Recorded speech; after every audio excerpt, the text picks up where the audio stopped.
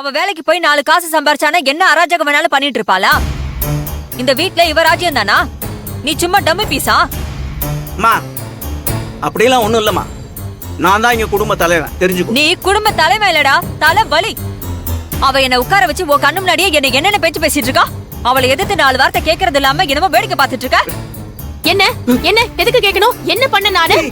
குடும்ப மானத்தை வாங்கிட்டு போனவ பின்னாடி போகாதீங்கன்னு நான் உங்களுக்கு சொல்லிக்கிட்டு இருக்கேன். தப்ப உங்க மேல வச்சுக்கிட்டு என்ன கை காட்டுற வேலையெல்லாம் வச்சுக்காதீங்க.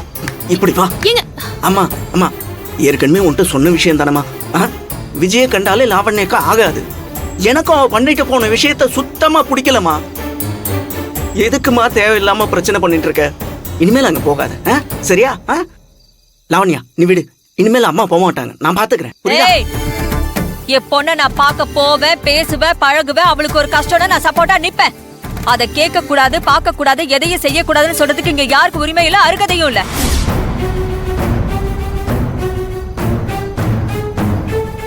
டேய், ஓ பொண்டாட்டி வேலை பாக்குற அதே கடையில தானடா என் பொண்ணு விஜய் வேலை பாக்குறா. என் பொண்ணு விஜய வேணும்னே பழி வாங்கணுங்கிற எண்ணத்துல டார்ச்சர் பண்ணிட்டு இருக்கா. அத வெளியில சொல்ல முடியாம விஜய் உள்ளுக்குள்ளேயே தினமும் அழுது செத்துட்டு இருக்கா. எதுக்கு இவளுக்கு ஒரு கேவலமான பழி வாங்குற புத்தி? அத கேட்கதான் நான் இன்னைக்கு கடைக்கு போனேன். தள்ளுங்க, போதும். உங்க பொண்ணு என்னமோ ரொம்ப நல்லவ மாதிரி என்கிட்ட பேசிக்கிட்டு இருக்கீங்க. குடும்ப மானத்தையே சந்தி சிரிக்க வச்சுட்டு போனவ தானே அவ. உங்களை உட்கார வச்சு சோறு போடுற எங்களை விட ஓடி போய் உங்க மானத்தை வாங்கினவதான் உங்களுக்கு முக்கியமா போயிட்டால. ஏய், திரும்ப திரும்ப ஓடி போனவன்னு சொன்ன அப்புறம் நான் என்ன பண்ணுவேன்? பாரு, என் பொண்ணு வாழ்க்கையில என்னென்னமோ நடந்து போச்சு. அது எதுவுமே அவளுக்கு தெரியாது. ஆனா அது எல்லாத்தையும் மறந்து தூக்கி போட்டு என் பொண்ணை நான் ஏத்துக்கணும்னு நினைக்கிறேன். அதுல என்ன தப்பு இருக்கு? இங்க எல்லாரும் எல்லா நேரத்திலயும் ரொம்ப சரியானவங்களா இருந்துட்டோமா? சொல்லு. சந்தர்ப்ப சூழ்நிலை ஒருத்தனால ஏமாத்தப்பட்டு அவ நிர்கதையா நின்னுட்டு இருக்கா. அவளை அரவணைக்க வேண்டிய நேரத்துல இப்படி காயப்படுத்தினா அது நல்லாவா இருக்கும்? இங்க பாருங்க, இந்த வெட்டி வியாக்கியனால என்கிட்ட பேசிக்கிட்டு இருக்காதீங்க. உங்க பொண்ணுக்கு நீங்க சப்போர்ட் பண்றதா இருந்தா இந்த வீட்ல நீங்க இருக்க தேவையில்லை. இப்பவே உங்க பொண்ணு பிடிக்க தூக்கிட்டு வெளியில போங்க. லாவண்யா இந்த பக்கமா என்ன பேச்சு பேசுற நீ? என்ன பெத்த அம்மா அவங்க. நீ இப்படி எல்லாம் பேசி பிரச்சனை பண்றத தயவு செஞ்சு நிறுத்து. இனிமே இப்படி எல்லாம் நடக்காம நான் பாத்துக்கிறேன், சரியா? நீங்க கிழிப்பீங்க. உங்க பேச்செல்லாம் அவங்க கொஞ்சம் கூட மதிக்கவே மாட்டாங்க. பண்ற வேலையெல்லாம் பண்ணுவாங்க, கேட்டா நம்ம கிட்ட எகிருவாங்க. நான் அத பொறுமையா கேட்டுக்கிட்டு இருக்கணுமா? எப்ப பார்த்தாலும் விஜி விஜி விஜி, எப்ப பார்த்தாலும் அவ பெரிய சொல்லிக்கிட்டு இருக்காங்க. முதல்ல இங்க இருந்து கிளம்ப சொல்லுங்க. இங்க எதுக்கு நமக்கு பாரமா உட்காந்துட்டு நம்மளையே பல்ல புடிச்சு பாக்கணும்? ஐயோ, இப்படி பேசிக்கிட்டே இருந்தா அது வார்த்தை வளர்ந்து போய் வேற மாதிரி பிரச்சனை ஆயிடும். நீ தயவு செஞ்சு ரூம்குள்ள வா. நான் எதுக்குங்க வரணும்?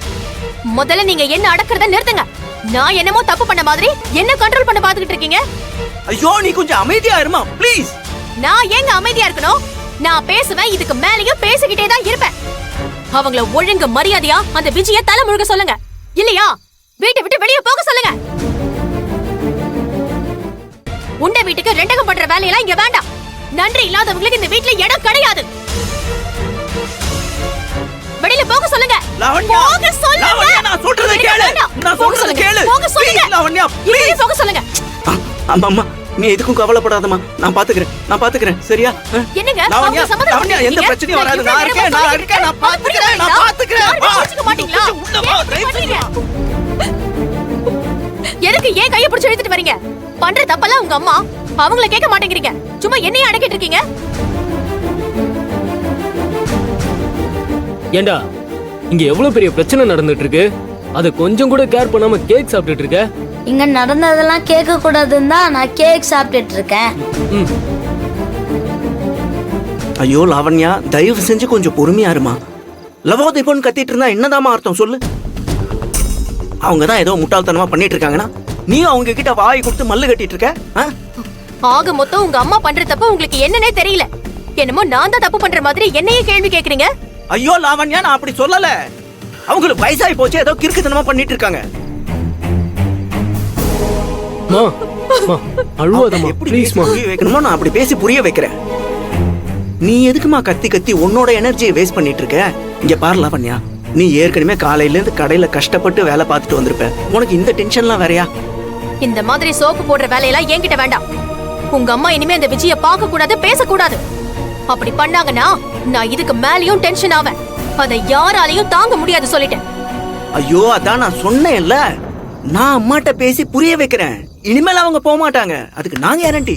அப்படியெல்லாம் கனவு கண்டுகிட்டு இருக்காதீங்க.